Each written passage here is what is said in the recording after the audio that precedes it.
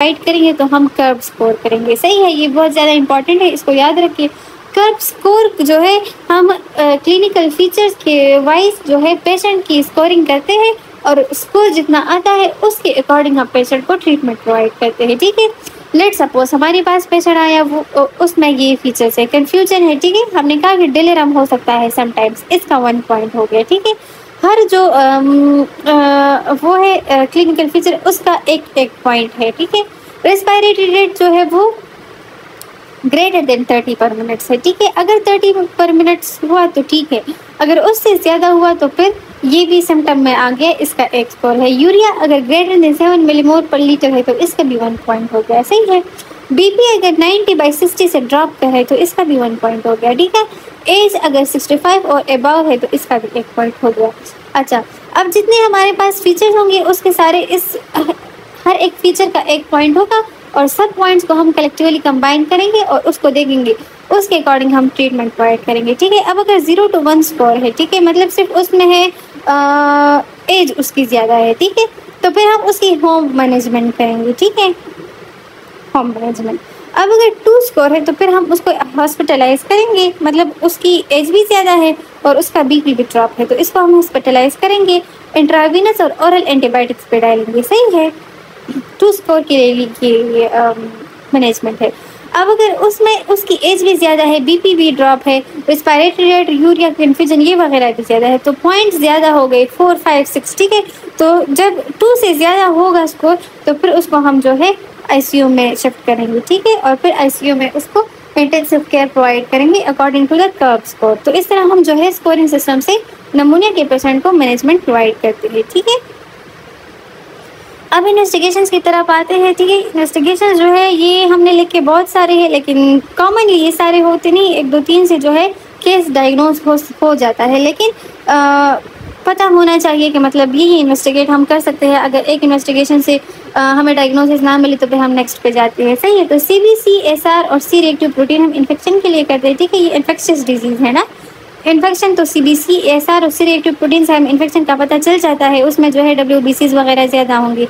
Urea हम electrolytes balance के लिए चेक करते हैं। सही है, यूरिया जो है नमूनिया में अगर 7 मिलीमोल पर लीटर से ज़्यादा हो जाए तो फिर जो है हम उसकी मैनेजमेंट भी करेंगे। तो यूरिया इलेक्ट्रोलाइट्स चेक करते हैं, LFTs चेक करते हैं। ठीक है, LFTs लीवर फंक्शन टेस्ट की हम इसलिए करते हैं ताकि हम बाकी ऑर्गन्स में जो है हाइपोक्सिया चेक करें कि मतलब कोई वहाँ पे ऑक्सीजनेशन सही हो रही है या नहीं। ठीक है, आर्टीरियल ब्लड गैसेस भी हम हाइपोक्सिया और हाइपरकेपिया के लिए करते हैं। ठीक है, कि ऑक्सीजन जो है वो बॉडी में कम है या ज़्यादा है, कार्बन डाइऑक्साइड की क्या कंडीशन है, तो इसके लिए हम ये भी चीज़ करेंगे। ठीक है, ब्लड कल्चर एंड स्प्यूटल कल्चर, ये भी हम इन्फेक्शियस जो सब्सटेंस है या बैक्टीरिया है या वायरल है या कुछ भी है तो उसके लिए हम कल्चर करते हैं ताकि हमें उसका पॉजिटिव ऑर्गेनिज्म पता चले। ठीक है, एक्सरेज हम इसलिए करते हैं ताकि हमें इन्वॉल्वमेंट ऑफ लंग्स पता चल जाए कि मतलब ये सेगमेंटल है या ये लोबार है या इसमें कितना हिस्सा जो है वो लंग्स का इन्वॉल्व हुआ है। ठीक है, प्लूरा एक्सेट्रा। अच्छा, यूरिन हम न्यूमोकोकस चेक, ये भी इन्फेक्शन के लिए। ठीक है, यूरिन से हमें पता चले कि इसमें इन्फेक्शियस ऑर्गेनिज्म क्या है। प्लूरल फ्लूइड एग्जामिनेशन और फेरेंजियल स्वैब, ये हम तब करेंगे अगर बहुत ही ज़्यादा ज़रूरत हो। ठीक है, उससे हमें कॉस्ट ऑर्गेनिज्म का और फर्स्ट डेवलपमेंट और इसका पता चल जाता है कि किस वजह से जो है हुआ है। ठीक है, अच्छा, अब मैनेजमेंट की तरफ आते हैं। मैनेजमेंट में है अस अकॉर्डिंग टू कर्व स्कोर। ठीक है, हमने जो है कर्व स्कोर किया, उसके अकॉर्डिंग हम मैनेजमेंट प्रोवाइड करेंगे।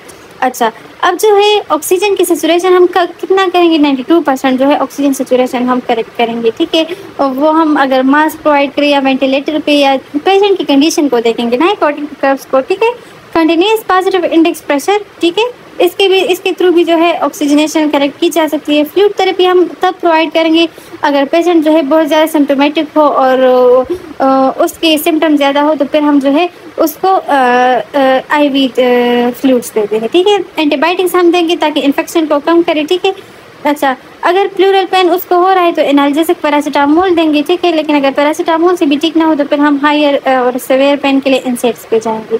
फिजियोथेरेपी भी हम कर सकते हैं ताकि पेशेंट जो है ऑक्सीजनेशन जो है वो कर सके। ठीक है, लंग्स की और बाकी बॉडी पार्ट्स की। अच्छा, कॉम्प्लिकेशंस क्या हो सकते हैं? अच्छा, इफेक्ट तो लंग्स में है ना, पल्मोनरी इफेक्ट है, लेकिन इसके कॉम्प्लिकेशंस पूरे बॉडी में हो सकती है, एक्स्ट्रा पल्मोनरी भी हो सकते हैं। ठीक है, क्या होगा? हाइपोटेंशन, बीपी ड्रॉप होगा, पेशेंट शॉक में जा सकता है। ठीक है, सेप्टिसिमिया होगा, इन्फेक्शन लंग्स में हुआ है लेकिन ये स्प्रेड टू ब्लड हो सकता है। ठीक है, पेरिकार्डाइटिस होता है, हार्ट में भी जो है इन्फेक्शन स्प्रेड हो सकता है। Atrial fibrillation, hepatitis and acute haemolysis, ये सारे जो है इसके एक्स्ट्रा पल्मोनरी इफेक्ट्स है। एट्रियल फिब्रिलेशन हार्ट भी इन्फेक्शन वगैरह या स्प्रेड की वजह से हो सकता है। इस तरह हेपेटाइटिस लिवर में इन्फेक्शन फैल सकता है और ब्लड में भी इन्फेक्शन फैल सकता है। ठीक है, तो ये कॉम्प्लिकेशंस ऑफ निमोनिया है। अच्छा, निमोनिया में जब हम मैनेजमेंट देंगे तो उसमें हम एंटीबायोटिक्स देते हैं। ठीक है, तो एंटीबायोटिक्स जो है वो स्पेसिफिक डोज में और स्पेसिफिक एंटीबायोटिक्स देते हैं ताकि पेशेंट रिकवर हो सके। वो रेजिमेंट हमारे पास क्या होगा? सबसे पहले amoxicillin 500 milligram 3 times per day हम ओरल देंगे। सही है, लेकिन ये जो है ये एंटीबायोटिक इसके अगेंस्ट अब इतनी रेजिस्टेंट डेवलप हो गई है कि ये जो है असर नहीं करता पेशेंट्स में। ठीक है, तो फिर जो है हम एरिथ्रोमाइसिन एंड क्लेरिथ्रोमाइसिन ओरल देंगे। ठीक है, एरिथ्रोमाइसिन की डोज क्या होगी? 500 मिलीग्राम और 4 टाइम्स पर डे। क्लेरिथ्रोमाइसिन की डोज 500 मिलीग्राम और 2 टाइम्स पर डे। ठीक है, या एरिथ्रोमाइसिन देंगे या क्लेरिथ्रोमाइसिन देंगे उस केस में अगर पेशेंट जो है वो एमॉक्सिसिलिन को रेजिस्टेंट हो जाए। लेकिन अभी सारे पेशेंट्स रेजिस्टेंट हो गए हैं इसको, तो यूजुअली डॉक्टर जो है सबसे पहले एरिथ्रोमाइसिन और क्लेरिथ्रोमाइसिन ही डिस्क्राइब करते हैं। सही है। अच्छा, अगर इस पे काम ना चले और मतलब निमोनिया की रिकवरी ना हो तो फिर सेवेरिटी में हम स्टेफ ऑरियस इंट्रावीनस, ठीक है, और पेंसिलिन इसमें और मैक्रोलाइड इसमें देते हैं। ठीक है, मैक्रोलाइड की डोज 500 मिलीग्राम 2 टाइम्स पर डेली, पेंसिलिन 1 ग्राम 4 टाइम्स पर डेली और स्टेफ ऑरियस IV जो है वो सीवियर केस में देंगे। अच्छा, एटिपिकल ऑर्गेनिजम्स अगर उसकी कॉज है, ठीक है, हमने तो पढ़ा कि स्टेफ ऑरियस न्यूमोकोकस इस वजह से होता है, लेकिन अगर माइकोप्लाज्मा लिग्योनेला ये जो एटिपिकल ऑर्गेनिजम्स है इसकी वजह से अगर कॉज हो जाए तो फिर हम रिफाम्पिसिन एंड क्लेरिथ्रोमाइसिन देंगे। सही है, ये एंटीबायोटिक रेजिमेंट हो गया। अब सेवियर निमोनिया है, ठीक है, और इन सारे एंटीबायोटिक्स से जो है वो मतलब क्योर नहीं हो रहा, पेशेंट बेहतर नहीं हो रहा, तो फिर हम क्या देंगे? ये सारे एंटीबायोटिक्स नहीं है, इसको हम कंबाइन करके एक थेरेपी देंगे। पेंसिलिन से हम एक देंगे। ठीक है, ये पेंसिलिन से कोई भी हो। ठीक है, एक मैक्रोलाइड देंगे। ठीक है, एक फ्रॉम सेफालोस्पोरिन देंगे और एक फ्रॉम कोअमेक्सिक्लाव देंगे। ठीक है, और ये इंट्रावीनसली देंगे। ओरली पेशेंट जो है उस पर असर नहीं कर रहा और एंटीबायोटिक्स जो हमने दी है वो भी उससे भी सिम्टम्स बेहतर नहीं हो रहे, तो फिर जो है हम सारे एंटीबायोटिक्स का जो रेजिमेंट है वो कंबाइन करके स्पेसिफिक डोज में इंट्रावीनस रूट के देंगे ताकि वो असर कर सके। ठीक है। अच्छा, ये हमारी निमोनिया की सिम्टम्स है। ठीक है, उसमें हाई ग्रेड फीवर होता है, ड्राई कफ होता है इंस्टार्ट, लेटर जो है स्प्यूटम प्रोडक्शन तो प्रोडक्टिव कफ भी हो जाता है। ठीक है, चेस्ट पेन होता है। ठीक है। अच्छा, अब जो है हम क्लिनिकल सिनेरियो पे आते हैं कि हमारे पास एग्जाम में जो क्वेश्चंस आते हैं निमोनिया के वो किस टाइप के होते हैं और इसकी डायग्नोसिस हम किस तरह करेंगे।